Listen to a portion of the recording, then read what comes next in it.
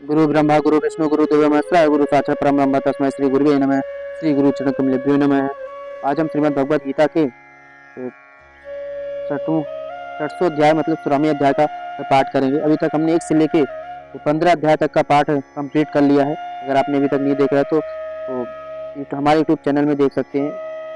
श्रीमद् भगवद गीता हिंदी अर्थ का अलग से प्लेलिस्ट बनी हुई है, उसमें संपूर्ण पूरी पाठ का डिटेल स्टेप बाय स्टेप दिया गया है, तो वहाँ से आप देख सकते हैं। चलिए आज का पाठ प्रारंभ करते हैं। 16वां अध्याय। श्री भगवान बोले, भय का सर्वदा अभाव, अंतःकरण की पूर्ण निर्मलता, तत्व ज्ञान के लिए ध्यान योग में निरंतर दृढ़ स्थित और सात्विक दान, इंद्रियों का दमन, भगवान देवता और गुरुजनों की पूजा तथा अग्निहोत्र आदि उत्तम कर्मों का आचरण एवं वेद शास्त्रों का पठन पाठन तथा भगवान के नाम और गुणों का कीर्तन, स्वधर्म पालन के लिए कष्ट सहन और शरीर तथा इंद्रियों के सहित अंतःकरण की सरलता, मन वाणी और शरीर से किसी प्रकार भी किसी को कष्ट न देना, यथार्थ और प्रिय भाषण, अपना अपकार करने वाले भी क्रोध का न होना, कर्मों में कर्तापन के अभिमान का त्याग कर अंतःकरण की उत्पत्ति अर्थात चित्त की चंचलता, अभाव, किसी की भी निंदा न करना, सब भूत प्राणियों में हेतु रहित दया, इंद्रियों का विषयों के साथ संयोग होने पर भी उनमें आसक्ति का न होना, कोमलता, लोक और शास्त्र से विरुद्ध आचरण में लज्जा और व्यर्थ चेष्टाओं का अभाव, तेज, क्षमा, धैर्य, बाहर की शुद्धि एवं किसी में भी शत्रु भाव का न होना और अपने में पूज्यता के अभिमान का अभाव, ये सब तो हे अर्जुन दैवी संपदा को लेकर उत्पन्न हुए पुरुष के लक्षण हैं। हे पार्थ, दंभ, घमंड और अभिमान तथा क्रोध, कठोरता और अज्ञान भी ये सब असुरी संपदा को लेकर उत्पन्न हुए पुरुष के लक्षण हैं। हे पार्थ, दंभ, घमंड और अभिमान तथा क्रोध, कठोरता और अज्ञान भी ये सब असुरी संपदा को लेकर उत्पन्न हुए पुरुषों के लक्षण हैं। श्लोक नंबर 4। देवी संपदा मुक्ति के लिए और असुरी संपदा बांधने के लिए मानी गई है। इसलिए हे अर्जुन, तू शोक मत कर, क्योंकि तू देवी संपदा को लेकर उत्पन्न हुआ है। हे अर्जुन, इस लोक में भूतों की सृष्टि यानी मनुष्य समुदाय दो ही प्रकार के हैं, एक तो दैवी प्रकृति वाला और दूसरा असुरी प्रकृति वाला। उनमें से दैवी प्रकृति वाला तो विस्तार पूर्वक कहा गया है। अब तू असुरी प्रकृति वाले मनुष्य समुदाय को भी विस्तार पूर्वक मुझसे सुन। श्लोक नंबर 7। असुर स्वभाव वाले मनुष्य प्रवृत्त और निवृत्त इन दोनों को ही नहीं जानते, इसलिए उनमें न तो बाहर भीतरी शुद्धि है और न श्रेष्ठ आचरण है और न सत्य भाषण है।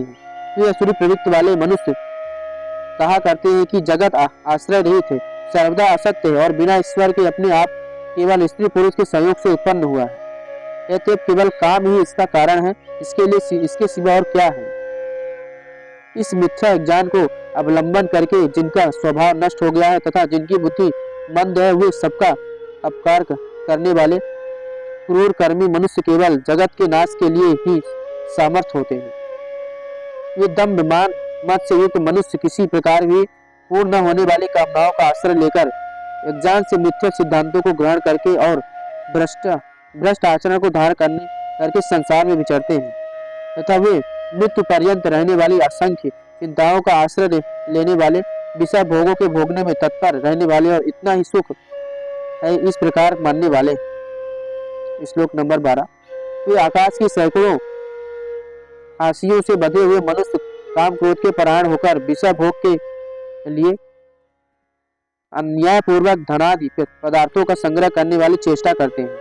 वे सोचता है कि मैंने आज यह प्राप्त कर लिया है और अब इस मनोरथ को प्राप्त कर लूंगा, मेरे पास यह इतना धन है और फिर यह हो जाएगा, तो शत्रु मेरे द्वारा मारा गया है और उन दूसरे शत्रु को भी मैं मार डालूंगा।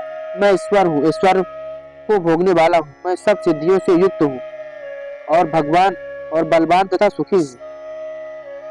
मैं बड़ा धनी और बड़े कुटुंब वाला हूँ, मेरे समान दूसरा कौन है। मैं यज्ञ करूंगा, दान करूंगा और अमोद प्रमोद करूंगा। इस प्रकार एक जान से मोहित रहने वाले तथा अनेक प्रकार से भ्रमित चित्त वाले मोह रूप जल से जाल से समावृत और विषय भोगों से अत्यंत आसक्त असुर लोग महान अपवित्र नरक में गिरते हैं।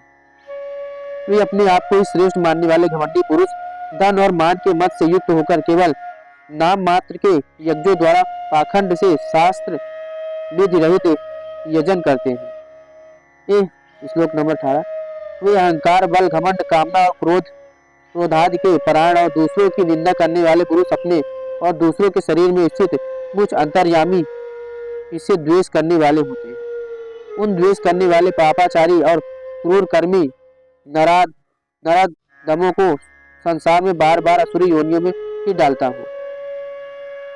श्लोक नंबर 20। हे अर्जुन, वे मूढ़ मुझको न प्राप्त होकर ही जन्म जन्म में असुरी योनियों को प्राप्त होते हैं, फिर उससे भी अति नीच गति को भी प्राप्त होते हैं, अर्थात घोर नरक में पड़ते हैं।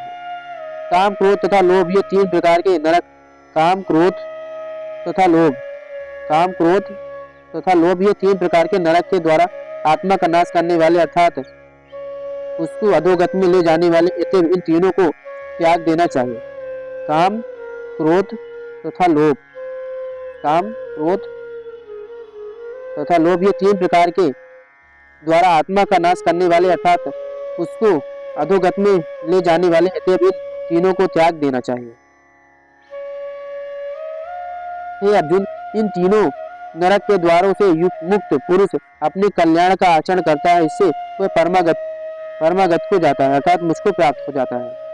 जो पुरुष शास्त्र विधि को त्याग कर अपनी इच्छा से मनमाना आचरण करता है, वह न सिद्धि को प्राप्त होता है, न परमागत को, न सुख को ही। इससे तेरे लिए इस कर्तव्य और अकर्तव्य की व्यवस्था में शास्त्र की प्रमाण है। ऐसा जानकर तू शास्त्र विधि से नियत कर्म ही करने योग्य है। तो आज हमने श्रीमद् भगवद गीता का 16वें अध्याय का पाठ किया, 16 अध्याय का। कल हम 17वें अध्याय का पाठ करेंगे। तब तक के लिए जय श्री राधे श्याम।